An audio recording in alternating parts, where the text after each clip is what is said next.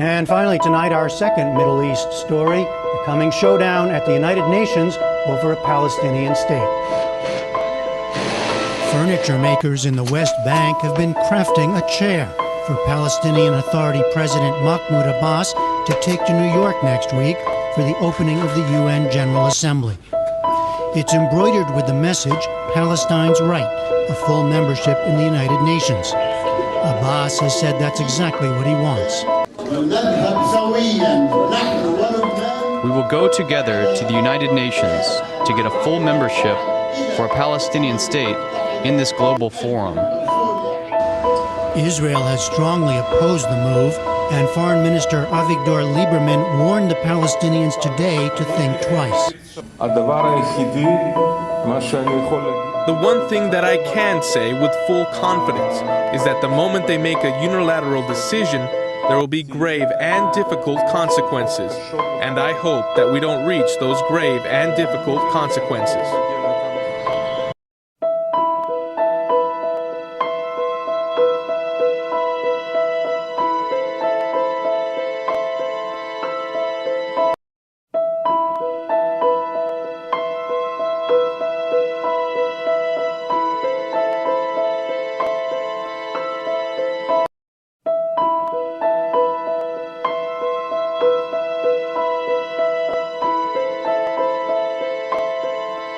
The Obama administration has expressed its own opposition.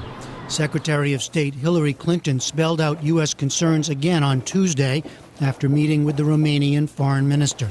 I think the issue is not simply that action in New York will not bring peace and stability, but it will create more distractions toward achieving that goal, which is certainly the commitment of the Obama administration. And so we have to keep our eye on what the objective truly is. But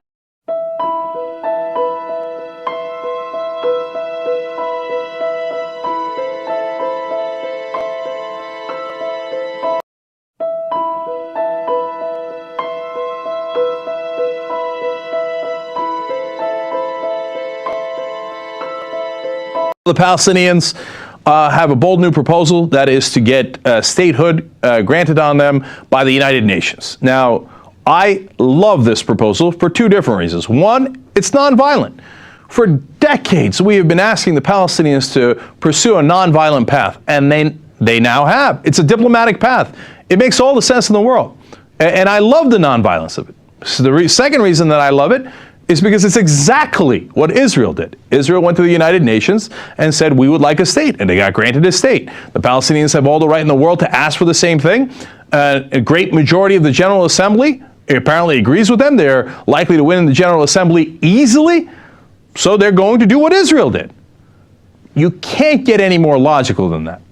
Of course, right-wing Israeli supporters, whether they're in Israel or the United States, say, oh, how dare they?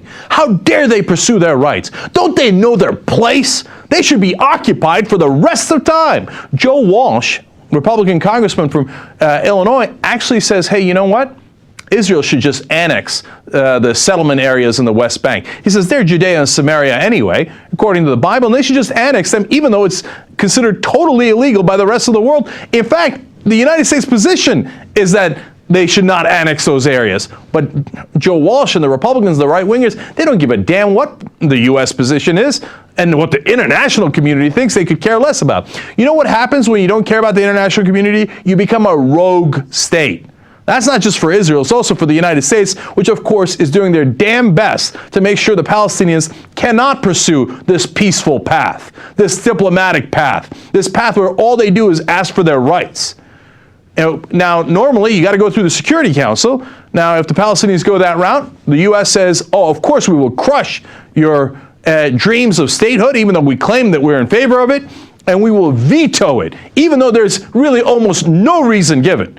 They say, oh, you know what, we prefer that you go negotiate with Israel instead. Palestinians say, what do you think we've been doing for the last 2-3 decades?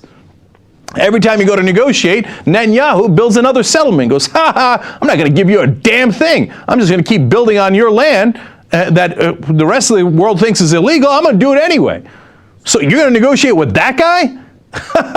No, they're going to do exactly what they should do, and they're following the Israeli model. It makes all the sense in the world.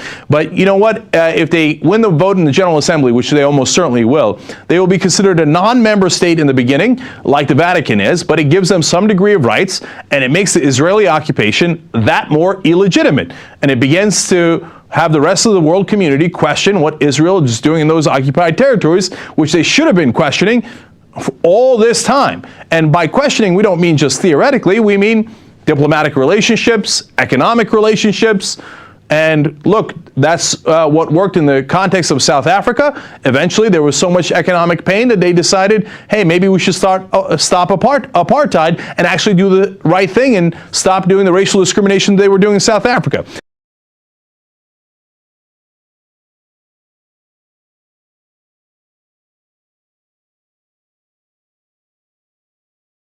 Now, a lot of people say it's a different case, South Africa and Israel, but the result of diplomatic and financial pressure might be the same, which is to force them to do the right thing.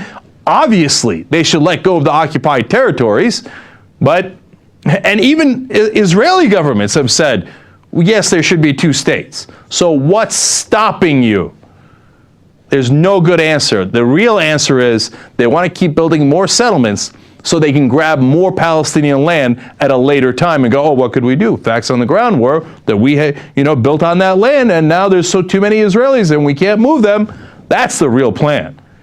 And I love that the Palestinians are going about this in a smart way. Now, the Israelis are in a panic, and they're saying, oh yeah, we're going to cut off all your money and we're going to get our, let me use the proper adjectives here, our friends in America to do likewise. So the Israeli ambassador is saying, well, we have deals with the Palestinian Authority. We don't have deals with the Palestinian government. If they declare a government, well, then I guess we're going to have to stop sending them any money that we already send them. And, sometimes people wonder, hey, why do we send money to the Palestinian Authority? Duh, it's not to help them, it's to control them so that you can threaten later, hey, if you want to keep that money going, okay, then you better do exactly what we tell you. And I love that Mahmoud Abbas and the Palestinian Authority are no longer listening to that kind of obvious pressure. Here, let me give you just one of the quotes of Michael Oren here, the Israeli ambassador that I'm referring to. He said, we want to be able to negotiate, but we won't be able to negotiate if they are attacking our legitimacy in every international court. We're not going to negotiate under fire, and it's a mistake for the Palestinians to think that we would. So, if they use force, you say, oh, we're under fire, we can't negotiate. If they don't use force, you say, we're under fire, we can't negotiate. So when could you negotiate? If the Palestinians come and grovel at your feet and say, oh, I'm so sorry, we surrender everything. Please, please put your boot on my neck and crush it. Do whatever you want to me. Give me just a sliver of land. Give me nothing at all. Spit in my face. Please, I don't want to put any pressure on you. I don't want you to be under fire at all, because all you're doing is occupying me for the last, how many decades now? 1967? What are we talking about? Over 4 decades now. When is enough enough?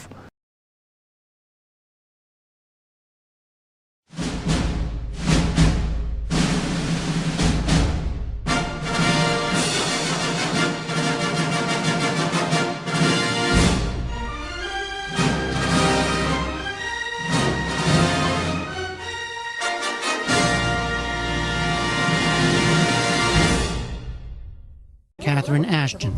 What we're very clear about from the European Union is that the way forward is negotiations. We want to see a just and fair settlement. We want to see the people of Palestine and the people of Israel living side by side in peace and security.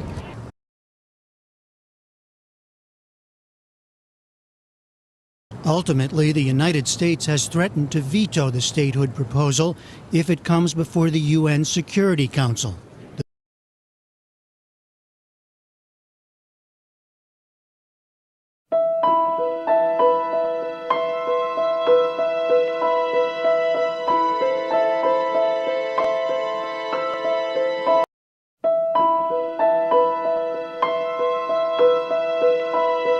Right, a full membership in the United Nations.